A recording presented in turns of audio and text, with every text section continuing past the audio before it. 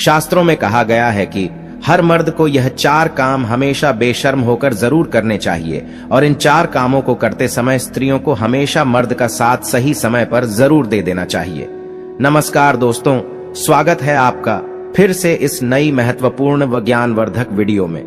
Video शुरू करने से पहले हे माता लक्ष्मी, जो भी आपके इस चैनल को सब्सक्राइब करे, वीडियो को लाइक करें, उसके घर में कभी भी धन दौलत की कमी ना हो और उसका परिवार सदैव स्वस्थ, हंसता, मुस्कुराता, कुशल मंगल रहे। तो दोस्तों चलिए आपको जल्दी से एक छोटी सी कहानी के माध्यम से बता देते हैं कि वह 4 काम कौन से हैं जिन्हें हर मर्द को बेशर्म होकर करना चाहिए।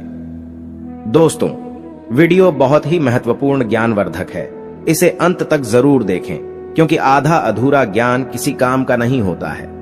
एक नगर में एक राजा रहते थे।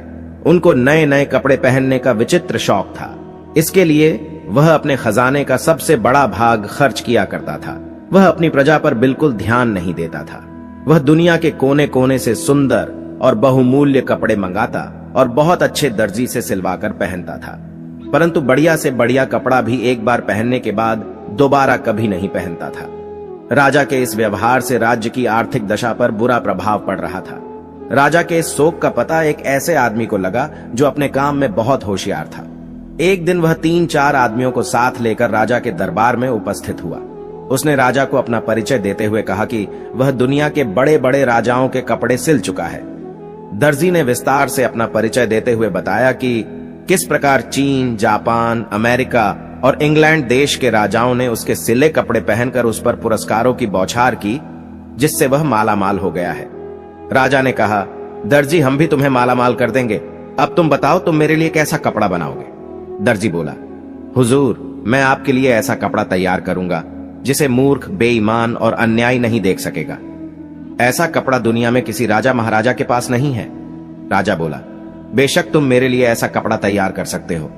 दर्जी बोला, परंतु हुजूर, कपड़ा मैं स्वयं अपने हाथों से बुनकर तैयार करता हूं। राजा ने उतावले होकर पूछा, दर्जी, ऐसी पोशाक तुम मेरे लिए कितने दिनों में तैयार कर सकोगे? दर्जी बोला, हुजूर, लगभग 1 या 1.5 महीना तो लग ही जाएगा।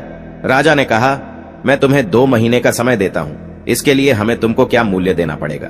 दर्जी बोला, हुजूर, 50,000 पहले दे दीजिए और 1 लाख कपड़ा पसंद आने पर दीजिएगा।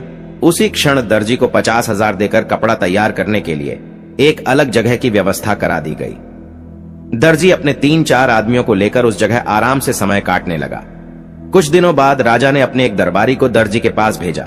दरबारी वहां पहुंचा और देखा कि वे सब बड़े आराम से सो रहे थे। दरबारी ने दर्जी को जगाकर पूछा, कितना कपड़ा तैयार हो गया? राजा ने मुझे देखने के लिए भेजा है। दर्जी एकदम चौंक कर उठा और बोला, आइए, मैं आपको दिखाता हूं कि कितना कपड़ा तैयार हो चुका है। दर्जी ने एक अलग कमरे में दरबारी को ले जाकर करघे पर कपड़ा बुनने का अभिनय करके दिखाया। देखिए कितना सुंदर कपड़ा बुना जा रहा है। किंतु दरबारी को तो वहां न कपड़ा न करघा कुछ भी दिखाई नहीं दे रहा था। दरबारी भौंचक्का रह गया। वह सोचने लगा कि कपड़ा तो दूर रहा, मुझे तो हथकरघा भी दिखाई नहीं दे रहा है। अब दरबारी को दर्जी की वह बात याद आई कि जो मूर्ख, बेईमान और अन्यायी होगा उसे यह कपड़ा दिखाई नहीं देगा। क्या मैं ऐसा ही व्यक्ति हूं? दरबारी सोचने लगा। विवश होकर उसने कहा, वाह वाह, सचमुच बहुत सुंदर कपड़ा तैयार हो रहा है। राजा ने जब इस बात को सुना तो वह बहुत खुश हुआ। उसने दर्जी और कारीगरों की सुविधाओं को और बढ़ा देने का हुक्म दे दिया। 1 महीने बाद राजा ने अपने मंत्री को दर्जी का काम काज और कपड़ा देखने के लिए भेजा। मंत्री के आने की सूचना पाकर दर्जी ने अपने आदमियों को सतर्क कर दिया। मंत्री जब दर्जी के पास पहुंचा तो वह अपने आदमियों के साथ कपड़ा काटने और सिलने का अभिनय कर रहा था। देखिए मंत्री जी, कितना सुंदर कपड़ा और कैसी सुंदर पोशाक तैयार हो रही है। दर्जी ने हवा में हाथ मारते हुए मंत्री को दिखाया, किंतु मंत्री बेचारा हक्का बक्का उसने देखा कि दर्जी कैंची चला रहा है पर कपड़ा है ही नहीं।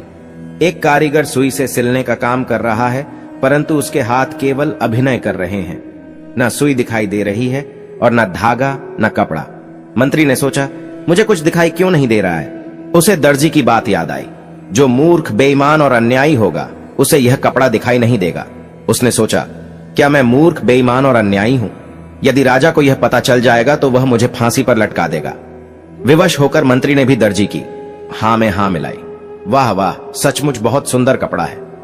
दर्जी के पास से लौटकर मंत्री ने राजा को बताया। सचमुच ऐसा सुंदर बहुमूल्य कपड़ा ना मैंने कभी देखा था ना कभी सुना था। यह सुनकर राजा बहुत खुश हुआ। दूसरे दिन दर्जी पोशाक तैयार करके दरबार में उपस्थित हुआ। आइए महाराज, पहनिए, यह पोशाक कितना सुंदर और बहुमूल्य कपड़ा हमने आपके लिए तैयार किया है। राजा भी भौंचक्का रह गया, क्योंकि उसे कोई कपड़ा दिखाई ही नहीं दे रहा था। उसने सोचा, क्या मैं मूर्ख, बेईमान और अन्यायी हूं? विवश होकर उसने भी वही कहा जो मंत्री और दरबारी ने कहा था। सचमुच ऐसा कपड़ा मैंने ना कभी देखा था ना कभी पहना था। दर्जी ने राजा को शीशे के सामने खड़ा करके उसके सारे कपड़े उतरवा दिए और राजा को नई पोशाक पहनने का अभिनय करने लगा। कभी वह बंधन बंद करता, कभी कॉलर सीधा करता। देखिए महाराज, कैसी सुंदर पोशाक है। सारे दरबारियों के बीच शीशे के सामने खड़ा राजा दर्जी की हां में हां मिलाते हुए बोला, सचमुच ऐसा सुंदर कपड़ा पहले ना कभी देखा था और ना कभी पहना था। राजा ने तुरंत 1 लाख रुपये दर्जी को और देने का हुक्म दिया। दर्जी रुपए लेकर अपने आदमियों सहित 9-2-11 हो गया, यानी भाग गया। राजा के कपड़े प्रजा को दिखाने के लिए एक बड़े जुलूस का प्रबंध किया गया। पूरी प्रजा राजा के नए कपड़े देखने के लिए बड़ी उत्सुक थी। राजभर खड़ा करके प्रजा को दिखाने के लिए सवारी निकाली गई। हजारों की संख्या में खड़ी जनता तालियां पीट पीट कर वाह वाह कर रही थी, क्योंकि सारी जनता को मालूम था कि जो मूर्ख, बेईमान और अन्यायी होगा उसे यह कपड़ा बिल्कुल नहीं दिखाई देगा। उधर बैठे एक बच्चे ने राजा को रथ पर नंगा खड़ा देखा और जोर से चिल्लाकर कहा, राजा तो रथ पर नंगा खड़ा है। लोग बच्चे का मुंह ताकने लगे। फिर क्या सारी प्रजा एक स्वर में चिल्ला उठी, राजा रथ पर नंगा ही खड़ा है। अब राजा को भी अपनी मूर्खता का एहसास हुआ। वह लज्जा के मारे मानो धरती में गड़ गया। यह वही समय था जब राजा पूरी तरह से शर्म से नीचे झुक चुका था। वह इस घटना से बहुत कुछ सीख चुका था और उसने एक योजना बनाई। उसने अपने सारे राज्य में ढोंढी पिटवा दी कि कल राज दरबार में एक जरूरी मीटिंग है, जिसके लिए उसके राज्य की पूरी प्रजा राजा के राजमहल में सुबह सुबह आ जाए। अब पूरे राज्य में ढोंढी पीट दी गई कि कल राजा एक बहुत बड़ी सभा नियुक्त करने जा रहे हैं। उसमें हर एक व्यक्ति का आना जरूरी है। यह सब सुनकर राज्य की सारी प्रजा बहुत सोच विचार में पड़ गई कि कल तो राजा इतनी शर्म से अपना सिर नीचे किए हुए खड़े थे और आज हम सभी को अपने राज्य में पता नहीं क्यों बुलाया है। कहीं हम लोगों से हुई गलतियों की हमें सजा तो नहीं दी जाएगी। लेकिन फिर भी राज्य की सारी प्रजा राजा के राज दरबार में सुबह सुबह हाजिर हुई। तब राजा ने कहा कि मेरी बात सभी लोग ध्यान से सुने। यह बात आप लोगों के लिए बहुत ही ज्यादा महत्वपूर्ण है जो कल मेरे साथ हुआ है। इससे पहले भी मेरे साथ बहुत सारी घटनाएं घट चुकी हैं, जिन सभी के बाद मैं आप सभी लोगों से कुछ बताना चाहता हूं और आप सभी लोग कृपया ध्यान से सुने। राजा साहब ने कहा कि युग चाहे जो भी हो, चाहे वह कलयुग हो, चाहे वह त्रेता युग हो, या फिर द्वापुर युग हो, या फिर सतयुग हो, कोई भी युग हो, कभी भी हो, यह 4 काम मर्दों को हमेशा बेशर्म होकर करने चाहिए।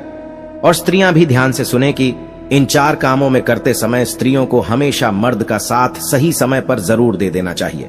दोस्तों, ये बात आप सभी लोगों को अपने जीवन में जरूर उतार लेनी चाहिए। यदि आप लोग अपने जीवन में यह 4 काम बेशर्म होकर करने लगते हैं तो आपको सफलता जरूर मिलेगी। आपको धनवान करोड़पति बनने से कोई नहीं रोक सकता। आप अवश्य ही धनवान और माला माल हो जाएंगे। आप और आपकी पत्नी अपने जीवन में सदैव खुश रहेंगे। चलिए बताते हैं कि राजा साहब ने अपनी प्रजा से क्या कहा और कौन से 4 काम बेशर्म होकर करने के लिए कहते हैं।